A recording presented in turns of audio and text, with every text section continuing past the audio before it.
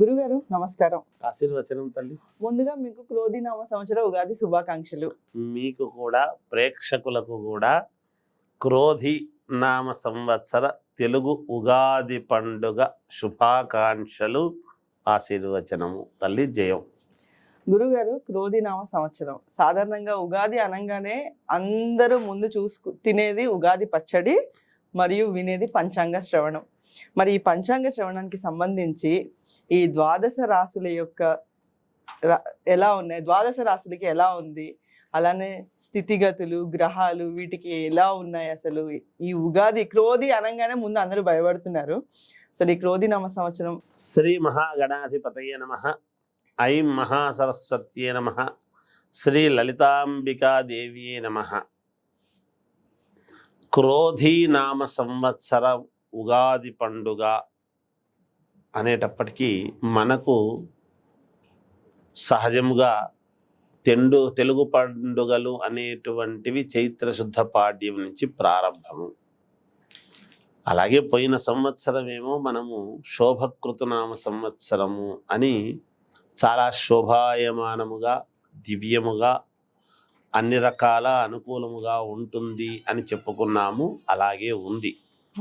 ఇప్పుడు క్రోధి అని అనగానే క్రోధము అంటేనే అందరికీ అర్థమవుతున్నది. కానీ ఎప్పుడు కూడా క్రోధము వలన అగ్ని అన్నాం.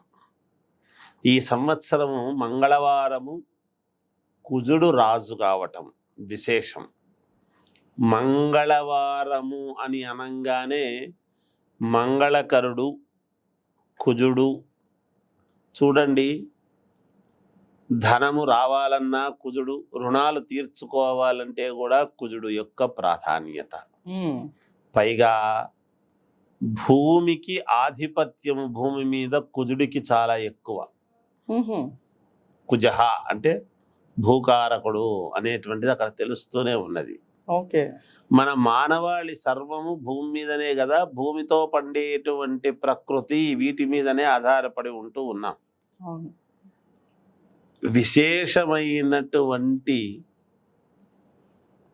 కింద వేడి అనేటువంటిది కూడా ఉంటుంది కాక భూమిలోనే అని కాకుండా కుజుడు క్రోధాగ్ని అని మనం అనుకున్నాము. కొంచెము కోపాలు ఎక్కువ. కోపములోనే ఆలోచన అనేటువంటిది ఉంటుంది, యథార్థము స్వచ్ఛత కూడా ఉంటుంది కాక. కోప్పడినా మానవాళి కొంచెం కోపముతో ఉండినా యథార్థం అనేటువంటిది ఏమిటి అని తెలుసుకుంటారు గాక ఈ సంవత్సరము. అగ్ని వలన సంస్కరింపబడుతున్నాము కదా. ఒక నూతన గృహప్రవేశం చేశాము మనము. గణపతి, లక్ష్మీ గణపతి హోమం చేస్తున్నాము. హోమము ఏమిటి? అగ్ని కదా. అగ్ని వలన మనం మామూలుగా వివాహం చేసుకున్న ప్రాయశ్చిత్త హోమాలు అని చేస్తున్నాము. అలాగే శాంతి హోమాలని చేస్తున్నాము. ఇవన్నీ దేనికోసం చేస్తున్నట్టు? మనల్ని మనం సంస్కరించుకోవటం కోసం చేస్తున్నట్టే కదా. అంతేగా. ఎప్పుడూ యజ్ఞయాగాది క్రతువులు చేస్తేనే సంస్కరింపబడేటువంటి మనము ఈ సంవత్సరము కుజుడి వలన సంస్కరింపబడతామనేటువంటిది తెలియజేస్తున్నాను. భూముల వలన విపరీతమైనటువంటి భూములకు విలువ, ఎర్రని ధాన్యానికి విలువ, ప్రతి మానవాళికి పెద్ద పెద్ద లోన్లు అనేటువంటివి రావటము, చిన్న చిన్న అప్పులు తీర్చుకోవటము, ఇవన్నీ కూడా తప్పకుండా జరుగుతాయి గాక. అంతేకాకుండా శని మంత్రి అయినాడు. శని మంత్రి కావటంలో ఏమిటి అంటే దేహపీడాకారకుడైనటువంటి శని తీసుకెళ్తే ఒక ఉన్నతమైనటువంటి స్థితికి తీసుకెళ్తాడు, లేదా చాలా ఇబ్బందుల్లో పెడతాడు. కానీ మరి మంత్రి కదా అయినాడు. మంత్రి అయినప్పుడు కొంచెం ఆలోచన చేసి చెయ్యాల్సినటువంటి బాధ్యత శనైశ్వరుడి మీద కూడా ఉంటుంది కదా. పైగా స్వక్షేత్రగతుడై ఉన్నాడు, కుంభంలోనే ఉన్నాడు. అదొకటి గమనించాలి.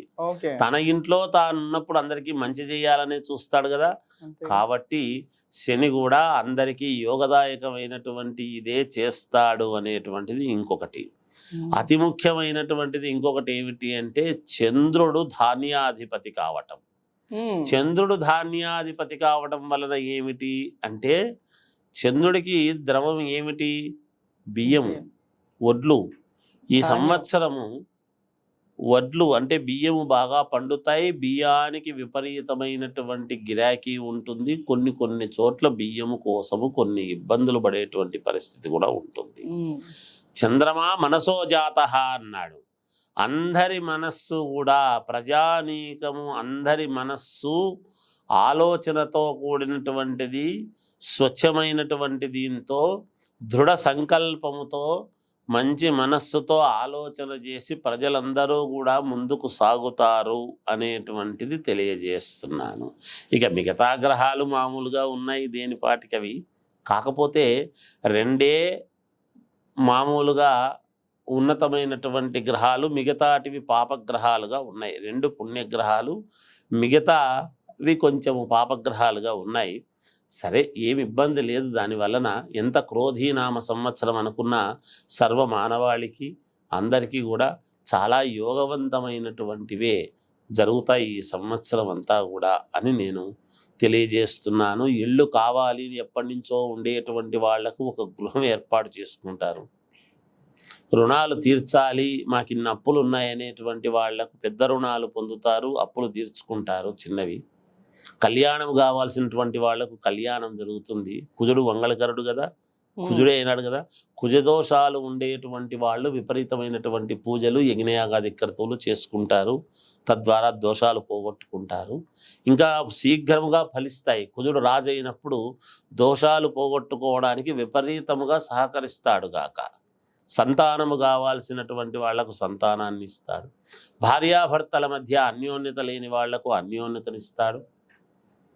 ఇలా ఏదైనా అనివార్య కారణాల చేత దూరమైనటువంటి భార్యాభర్తల్ని మళ్ళీ కలుపుతాడు కూడా.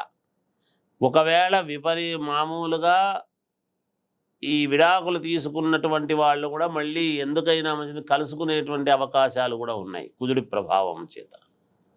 ఇది అండర్లైన్ చేసుకోవాల్సినటువంటి విషయం. కనుక ఏది మనము వెంటనే మనం వేరే ఆలోచనలకు పోయి ఏదో జరుగుతుంది చేస్తుంది అనేది చిన్నవి ఎప్పుడూ ఉంటాయి. అన్ని మంచివే ఉండవు అందరి జీవితాల్లో, చిన్నవి ఎప్పుడూ కూడా ఉంటాయి. కాబట్టి ఎవరు భయపడనక్కర్లేదు. చాలా యోగవంతమైనటువంటి సంవత్సరమే ఈ క్రోధీనామ సంవత్సరం కూడా. అందరికీ మేలే జరుగుతుంది గాక. జయోస్తు.